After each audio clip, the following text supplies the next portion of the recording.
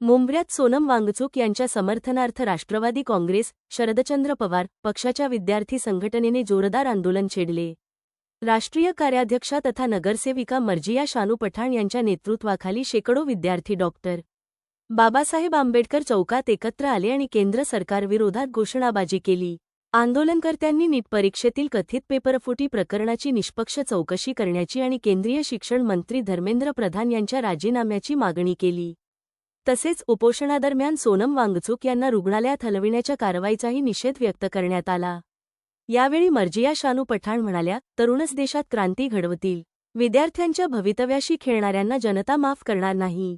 शांततापूर्ण आंदोलन दडपण्याऐवजी सरकारने विद्यार्थ्यांच्या प्रश्नांना न्याय द्यावा.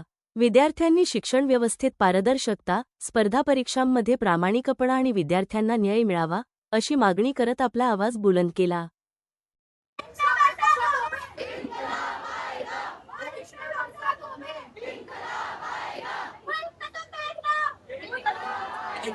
फरोशी की तमन्ना अब हमारे दिल में है, देखना जोर कितना बांसुरी का दिल में है. नरेंद्र प्रधान इस्तीफा दो, इस्तीफा दो, इस्तीफा दो. नरेंद्र प्रधान इस्तीफा दो, इस्तीफा दो, इस्तीफा दो. नरेंद्र प्रधान इस्तीफा दो, इस्तीफा दो, इस्तीफा दो. लड़ेंगे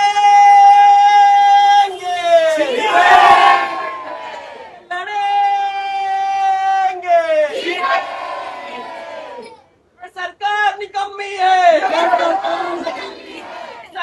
निकम्मी है, सरकार निकम्मी है. पहले लड़े थे गोरों से, अब लड़ेंगे चोरों से. पहले लड़े थे गोरों से, अब लड़ेंगे चोरों से. पहले लड़े थे गोरों से, अब लड़ेंगे चोरों से. जय जय जय जय जय भीम, जय भीम, जय भीम. अरे जय जय जय जय जय भीम, जय भीम, जय जय जय जय जय भीम, जय भीम, जय भीम. अरे जय जय जय जय जय भीम, जय भीम, जय भीम. मॅडम, आज त्यांच्याकडून आणि लोककडून एक प्रोटेस्ट होतोय सोनम वांगचुक यांच्या समर्थनार्थ. या ठिकाणी पाहिलं तर डॉक्टर बाबासाहेब आंबेडकर चौकामध्ये तुम्ही आंदोलन करतात शांततेवर. काय सांगू मला तर आता मी खूप शॉक झालेली आहे जे आपल्या देशात चाललंय. पहिला तर आपल्याला सगळ्यांना माहिती आहे की तिथे सोनम वांगचुक जी 20 दिवसापासून भूक हरतालवर बसले होते आणि टॉपिक का होता, माझ्यासारखे आपल्यासारखे युवांसाठी बसले होते ना. एवढे जे नीटचे आणि कॉम्पिटेटिव्ह एक्झाम्सचे पेपर लीक झाले आणि त्यामुळे किती युवांनी सुसाईड केलं, त्याच्यासाठी ते लोक शांतीपूर्वक आंदोलन करत होते. बरोबर, कॉन्स्टिट्यूशनल गाईडलाईन मध्ये राहून ते लोक आंदोलन करत होते. गव्हर्नमेंटने त्यांचे आंदोलनाला जाऊन काही डिस्कशन आणि नेगोसिएशन तर केलंच नाही.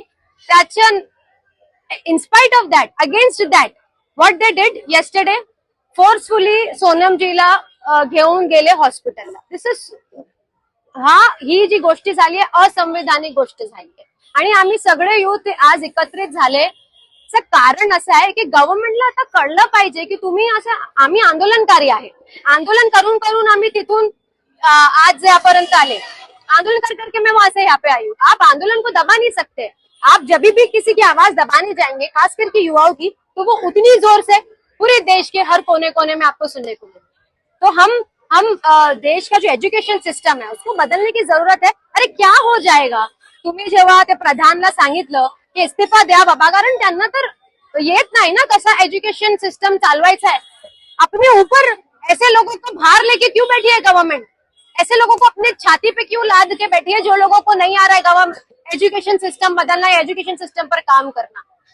आणि अभिजित दिपके महाराष्ट्राचा मुलगा आहे तो. आम्ही पण महाराष्ट्रन आहे, मी स्वतः महाराष्ट्रन आहे. तर आम्हाला खूप वाईट वाटलं की तो मुलगा कॉन्स्टिट्यूशनल गाईडलाईन मध्ये राहून शांतीपूर्वक आंदोलन करत आहे आणि त्याच्यावर तुम्ही दोनदा अटॅक करण्याचा प्रयत्न केला. फेसवर इंक टाकला आणि काय एकदा त्यांना त्याच्यावर अटॅक करण्याचा पण प्रयत्न केलं. एक चुकीची गोष्टी आहे. कोई अगर आंदोलन कर रहा है और अब आपकी नाकामयाबियों को अगर ठीक नहीं कर सकते हो तो किसी और की आवाज को दबाना, ये कहाँ की democracy. This is seriously not acceptable.